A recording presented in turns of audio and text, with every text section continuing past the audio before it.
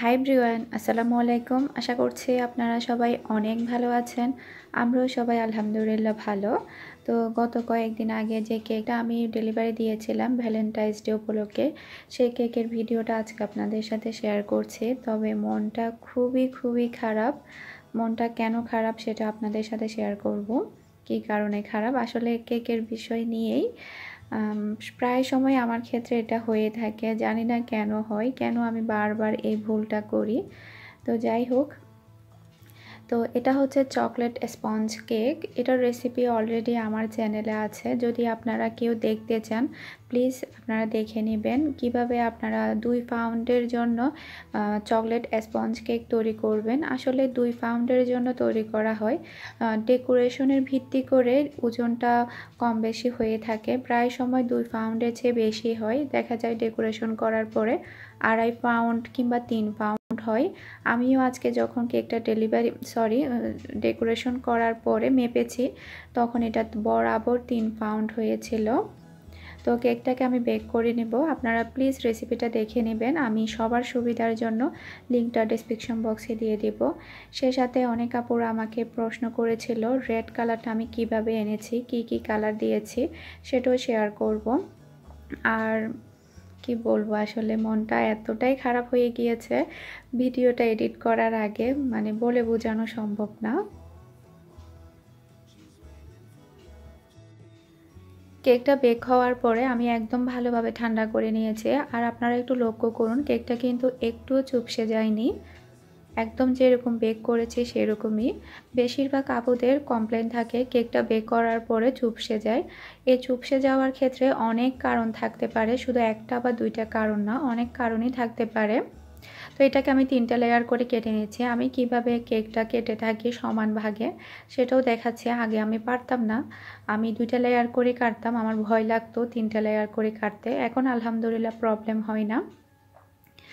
আর চুপসে যাওয়ার ক্ষেত্রে মিক্সিংয়ের প্রবলেম থাকতে পারে। আপনারা যদি অতিরিক্ত মিক্স করে ফেলেন কিংবা ডিমের ফোমটা যদি ভালোভাবে না করেন তাহলেও চুপসে যেতে পারে। এরপরে হচ্ছে চিনিটা যদি দানা দানা রয়ে যায়, ভালোভাবে না মিশে মেরাঙের সাথে ডিমের, তখনও চুপসে যেতে পারে। এরপরে হচ্ছে বেকিংয়েরও প্রবলেম থাকতে পারে। এরকম টুকিটাকি অনেক প্রবলেমই থাকতে পারে। আপনারা যখন তৈরি করবেন তখন একটু ঠান্ডা মাথায় তৈরি করবেন। আর এই সম্পূর্ণ কেকটা তৈরি করা থেকে শুরু করে একেবারে কমপ্লিট করা পর্যন্ত, এমনকি গানাশ তৈরি, ফন্ডেন্ট তৈরি, কেক তৈরি, ডেকোরেশন তৈরি, ক্রিম তৈরি, সবই আমি 3 ঘন্টায় করেছি, মাত্র 3 ঘন্টায় আলহামদুলিল্লাহ। তবে আমি খুবই ঠান্ডা মাথায় কাজ করেছি। আমি জানি আমি যদি ঠান্ডা মাথায় কাজ করি একটু আমার ভুল হবে না। শুরু থেকে শেষ পর্যন্ত আমার একটুও ভুল হয়নি। আমি অনেক বেশি হ্যাপি ছিলাম এই কেকটা ডেলিভারি দিয়ে, কারণ এত অল্প সময়ের মধ্যে আমি যে কেকটা ডেলিভারি দিতে পারবো এটা আমি ভাবতেই পারিনি। ঠান্ডা মাথায় কাজ করার পরে এরপরে হচ্ছে এত অল্প সময়ে আমি কেকটা ডেলিভারি দেওয়ার পরেও আমি প্রতিটা ভিডিও করেছি। এমনকি শুধুমাত্র আমি কেকের ভিডিওটা করিনি তৈরি করা, কারণ এটা তো আমি আপনাদেরকে দেখিয়েছি এর আগে, সেজন্য গানাশ তৈরি দেখিয়েছি। এর মধ্যে আমি ফন্ডেন্টের উপরে নাম লেখা দেখিয়েছি। এরপরে ফন্ডেন্টগুলো আমি কিভাবে কাটি সেটা দেখিয়েছি। কিন্তু আমার ভাগ্যটা এতটাই খারাপ, আমি ভুলক্রমে আমার শেষের ভিডিওগুলো সব ডিলিট হয়ে গিয়েছে। এরপর আমি কিভাবে ডিজাইন করেছি, এরপরে গানাশ কিভাবে দিয়েছি ডেকোরেশন করার সময়, সেগুলো সবই আমি ভিডিও করেছিলাম ঠান্ডা মাথায়। এত অল্প সময়ের মধ্যে কেকটা কমপ্লিট করার ভিতরে আমি ভিডিওটা করেছিলাম আপনাদের সাথে শেয়ার করার জন্যই শুধু। কিন্তু ভাগ্য কি বলবো, শেষের দিকে সবই ডিলিট হয়ে গিয়েছে আমার। আর এই ভুলটা শুধু আমার একবার না, বারবার হয়ে থাকে।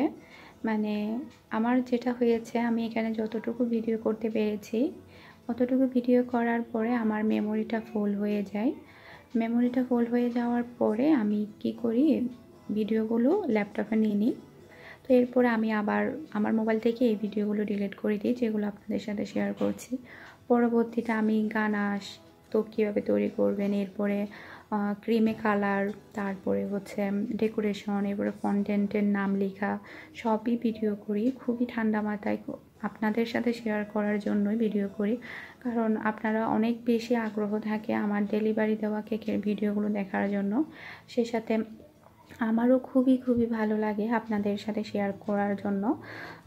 মানে আমি মানে যখনই ডেলিভারি আসে আমি ভিডিও করার চেষ্টা করি। যতই তাড়াহুড়া হোক না কেন ঠান্ডা মাথায় কাজ করার চেষ্টা করি।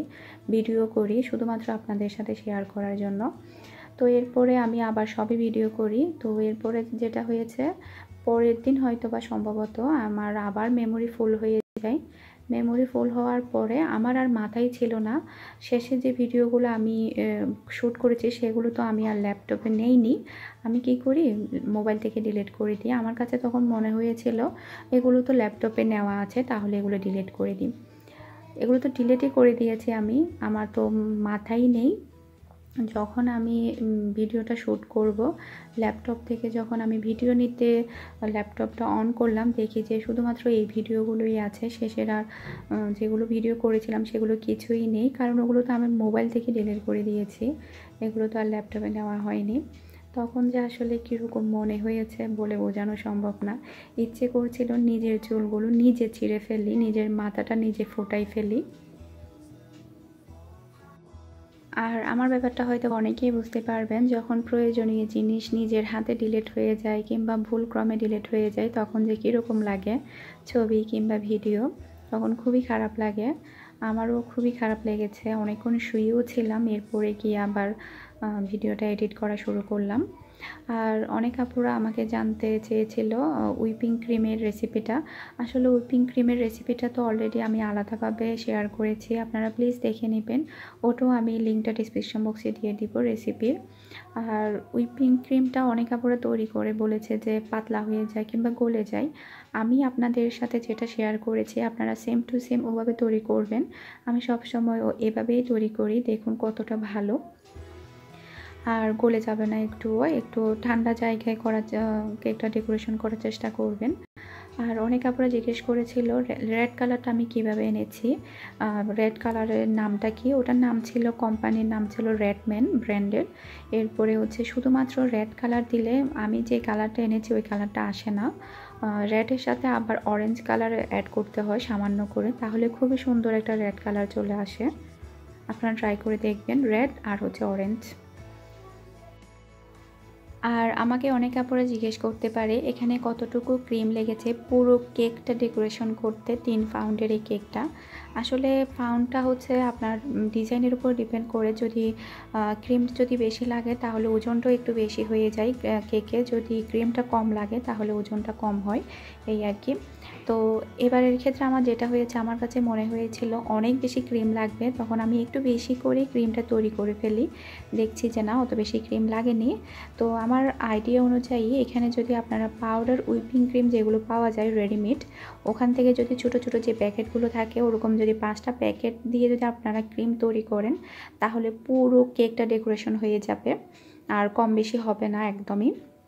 আসলে আমার কখনো এরকম ক্রিম বেঁচে যায় না, শুধু এবারই বেঁচে গিয়েছে। আমি ওটা সংরক্ষণ করে রেখেছি, সেটাও শেয়ার করেছিলাম আপনাদের সাথে কিভাবে সংরক্ষণ করেছি। তো এরপরে হচ্ছে আর লিকুইড হুইপিং ক্রিম দিয়ে তৈরি করতে পারেন আপনারা। আসলে আমার হাতে লিকুইড হুইপিং ক্রিমটা হয় না, সব সময় নষ্ট হয়ে যায়, ফেটে যায়। এটা আমার ব্যর্থতা।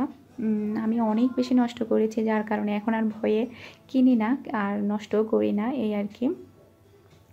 আর এটাকে হচ্ছে আমি পাতলা করে একটা ফিনিশিং দিয়ে দিচ্ছি। এরপরে এটাকে আমি 30 মিনিটের জন্য নর্মাল ফ্রিজে রেখে দিব, ক্রিমটা যাতে বরাবর সেট হয়ে যায়।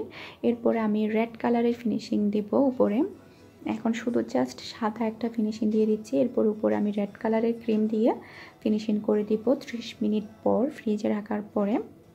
এভাবে যদি আপনারা ফ্রিজে রেখে দেন তাহলে ভিতরের লেয়ারগুলো খুবই সুন্দর থাকে, একদম ক্রিমটা সেট হয়ে যায়।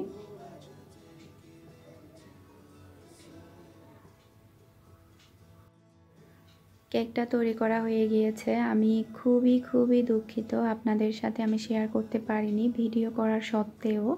এত কষ্ট করে আসলে ভিডিও করেছি, তারপরে শেয়ার করতে পারিনি। মাত্র 3 ঘন্টার মধ্যে পুরো কেকটা আমি তৈরি করেছি। তো দোয়া করবেন সামনে যাতে এরকম ভালো আরও কাজ করতে পারি। আর অনেক আপুরা হয়তো বা জানতে চাইবে এটার কত দাম নিয়েছি আমি। এটার 3 পাউন্ড, তো এটার দাম নিয়েছি আমি 9 রিয়াল, বাংলাদেশি টাকায় হচ্ছে 1800 টাকা। দামটা ঠিক আছে, বেশি না, এই আর কি। আর ডেলিভারিটা বাদে, ডেলিভারি খরচ হচ্ছে আলাদা। এই আর কি। এখন হচ্ছে আমি প্যাকিং করে নিচ্ছি। আর ডিজাইনটা কেমন হয়েছে সেটা আমাকে অবশ্যই জানাবেন। শেয়ার করতে পারিনি বলে আসলে আমার কাছেও খুবই খারাপ লাগছে। জানি না আপনারা কি চিন্তা করবেন। এই যে পুরো কেকটা। আর একটা আপু জিজ্ঞেস করেছিল, যেহেতু আমি এটা ফ্রিজে রাখতে পারিনি ক্রিমটা গলে যাবে কিনা। ফ্রিজে আমি 15-20 মিনিটের মতো রাখতে পেরেছিলাম। এরপরে যখন মিহির বাবা এটা ডেলিভারি দিতে যাচ্ছিল তখন এসি চালাচ্ছিল ওর গাড়িতে। আর খুবই দূরে না, আবার অনেক কাছে ছিল, যার কারণে কেকটা অনেক ভালো ছিল আলহামদুলিল্লাহ। তো আজকের মতো বিদায় নিচ্ছি। আল্লাহ হাফেজ।